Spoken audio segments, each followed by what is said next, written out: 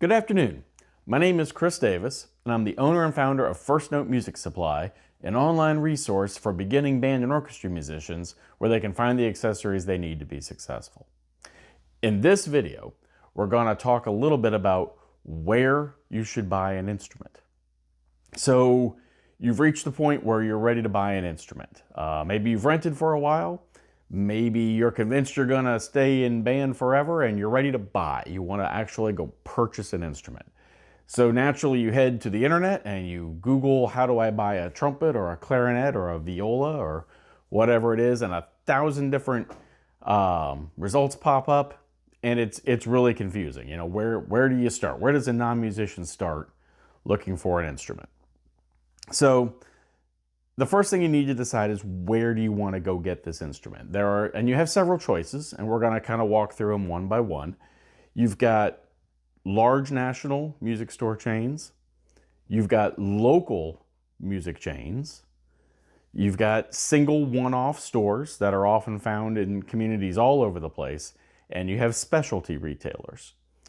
And then, of course, there's the internet and buying used and so forth. So there's a whole plethora of choices. So the first we're going to start with is large national chains. And these are chains like Music and Arts or Sam Ash or Guitar Center, all large, reputable music stores who sell lots of different instruments. These are a fine place to go purchase an instrument. You're going to find the selection is going to be whatever that store happens to have at any given time. They usually limit their selection to what is the best selling. However, in nearly every case, you can buy an instrument at these stores and be confident in what you get is going to work. It's going to absolutely work for you.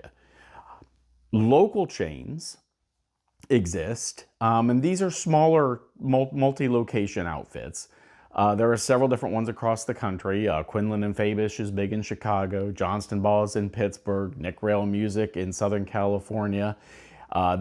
These stores all usually have between 2 and 7 locations across a metropolitan area.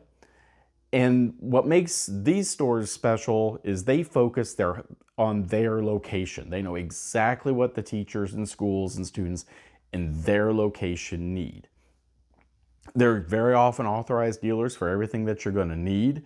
The advantage of a smaller chain is that, again, it's going to be more local, and you're probably going to get more personalized help in a local chain store.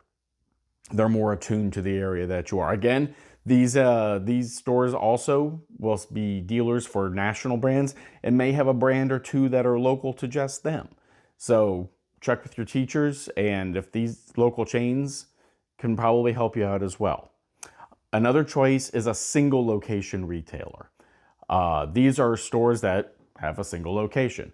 Washington Music Center in the DC area, Milano Music in Arizona. These are stores that have one location. They've consolidated all of their inventory into one space. They usually have a very good selection. Everything you could possibly want under one roof. These are also fantastic places to go shopping for an instrument. The advantage here is, because there's one location, all of their experts are under one roof. Usually everything from the repair shop to the sales force is in one place, and they can walk you step by step through the process. Many large single locations, people will travel many miles or hours to get there for the experience at that store. Finally, you may find boutique locations. These are really popular with more expensive instruments, and especially stringed instruments. So some examples: Day Violins in Northern Virginia, Los Angeles Violin Shop in Los Angeles, Old Town Violins in Kentucky. These are shops that specialize in stringed instruments. So if you were looking for a violin or a viola, these are focused on that niche. So of those 4 choices, they all have their advantages and disadvantages, but all will serve you pretty well. Whatever store you pick, it should have a few characteristics that you need to keep in mind when you go shopping. Any store you buy an instrument from should have the following at a minimum. And I've got a list. I want to make sure I don't forget. They should have a very large selection of instruments. You should be able to go in and play multiple instruments to determine the one that you want. If you're buying a trumpet, you should be able to play trumpets from many different manufacturers to find the one that fits you best or that suits you best. They should be an authorized dealer for the brand that you're purchasing.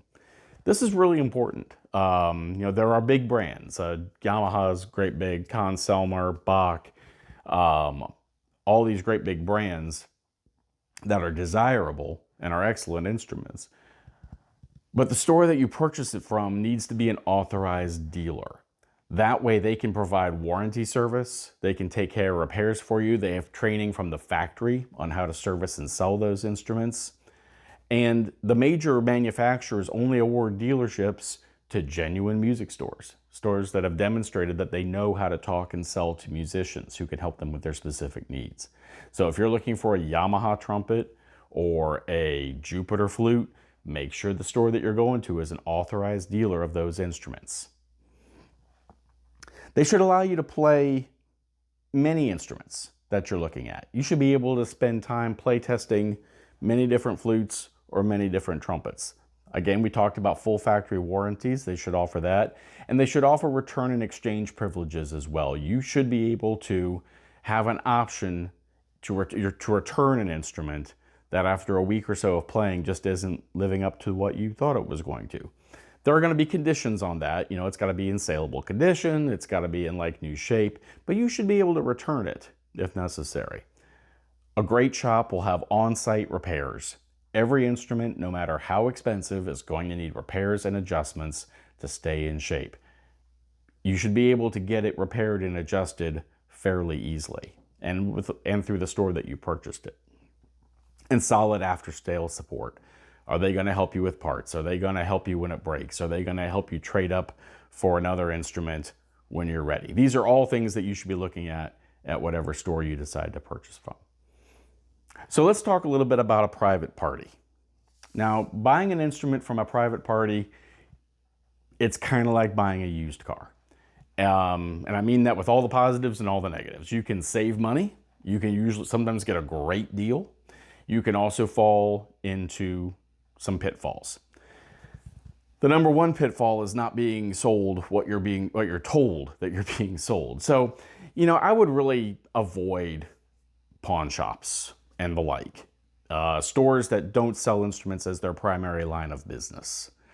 Because maybe they don't know, they've got a trumpet, but they don't really know much about it. They don't know where it came from. They don't know what a fair price for it is. And they certainly aren't going to be able to support it after the sale. Same thing goes with online sales. There are many retailers that, including all of the retailers we talked about earlier, have online components, and you can purchase from them with confidence. But if someone's online only and selling band instruments, just get in touch with them at the very least and kind of find out what the story is. Are they an authorized dealer? Will they support you after the sale? I think I would stay away from eBay and other auction sites. Those can be a little sketchy with very little recourse. If you get an instrument that doesn't live up to standards. The whole key with musical instruments is, to the untrained eye, they all look alike, right? A trumpet looks like a trumpet looks like a trumpet. And some are selling for $100 and some are selling for $4,000.